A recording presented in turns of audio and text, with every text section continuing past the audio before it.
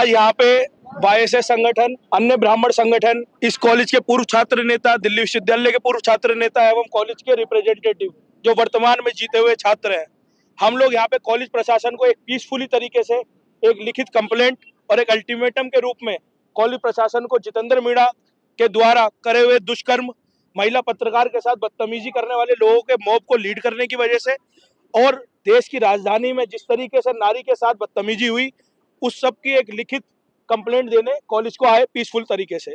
और इसके साथ साथ हमने कॉलेज को कुछ दिनों का अल्टीमेटम के रूप में बोला गया है कि आप इस पे कार्रवाई करें। यदि कार्रवाई नहीं होती तो ये पीसफुल तरीके से आने वाला प्रोटेस्ट छात्र जमुना पार व पूरी दिल्ली और देश के महिलाओं के सम्मान में उतर के रोडों पे आएगा, व फिर कोई कॉलेज की संकल्प और प्रशासन हमें रोक नहीं पाएगा। हाँ, लेकिन एक सवाल खड़ा होता है सर, देखिए जिस तरीके से रुचि तिवारी पे हमला किया गया, उसके बाद तमाम पत्रकार हैं इस तरीके के जो कहा जाए कवरेज करने से भी डर रहे हैं कि उनके साथ भी ऐसा कुछ ना हो जाए। इस तरीके का माहौल बना हुआ है, एक नैरेटिव सेट किया जा रहा है जहाँ पे एक अंजलि है जो स्टूडेंट है जो उसी भगदड़ में गिर गई थी, वो एक नैरेटिव सेट कर रही है कि उनके ऊपर भी हमला किया गया है।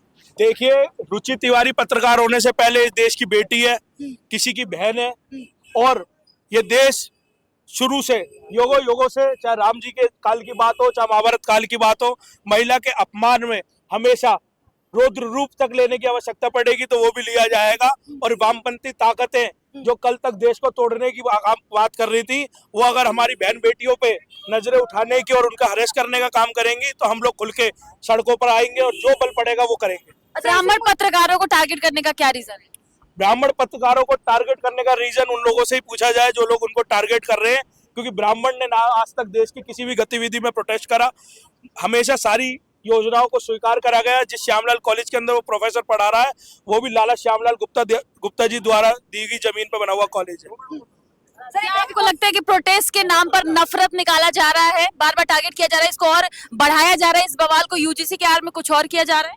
ये नफरत ही है। ये नफरती लोग जो कि पहले जेएनयू के अंदर सीमित थे, देश को भारत तेरे टुकड़े होंगे ऐसे नारों को प्रोत्साहन करते थे, आज वो लोग दिल्ली विश्वविद्यालय के अंदर घुसने की कोशिश कर रहे हैं और उनका साहस इतना बढ़ गया है कि वो देश के अंदर दिन दहाड़े किसी की बहन बेटी और पत्रकार महिलाओं के साथ बदतमीजी करेंगे और किसी कास्ट को टारगेट करने की कोशिश करेंगे। तो ये चीजें सहन नहीं करी जाएंगी। अच्छा, इन्हीं सब के बीच में भी आपने देखा कि जेएनयू में नारे लगे, कन्हैया कुमार ने फिर से ब्राह्मणवाद मुर्दाबाद के नारे लगाई, इस पे क्या कहना चाहेंगे? इसी सब के चलते वजह से रुचि पे हमला हुआ, रुचि तिवारी के साथ बॉम्ब लिंचिंग हुई, उसके बाद में आपने देखा कि इसी बीच में कन्हैया कुमार ने नारे भी ये लगाए। मेरा वही, अभी मैंने आपको पहले यही तो बताया कि जो लोग इस चीज को प्रवोक करने का काम कर रहे हैं वो लोग हैं कि जो देश विरोधी नारों का समर्थन करते थे और देश तेरे भारत तेरे टुकड़े हो। और जितेंद्र मीणा क्या सोच रहा है, दिल्ली विश्वविद्यालय के छात्र आज के युग में नया जिंदगानी पैदा नहीं होने देंगे। ये देश की राजधानी में मामला हुआ है, ये कैसे दब जाएगा? गांव देहात की बात नहीं है। दिन दहाड़े सार्वजनिक तरीके से दिल्ली विश्वविद्यालय के कैंपस के अंदर उस महिला के साथ जो बदतमीजी हुई है वो सबने देखी है। और जितेंद्र मीणा जो प्रोफेसर है उस बदतमीजी को करने के लिए लोगों से कह रहा है हटो, आज इसको मीडिया में आने दो और आज इसका नंगा परेड करेंगे।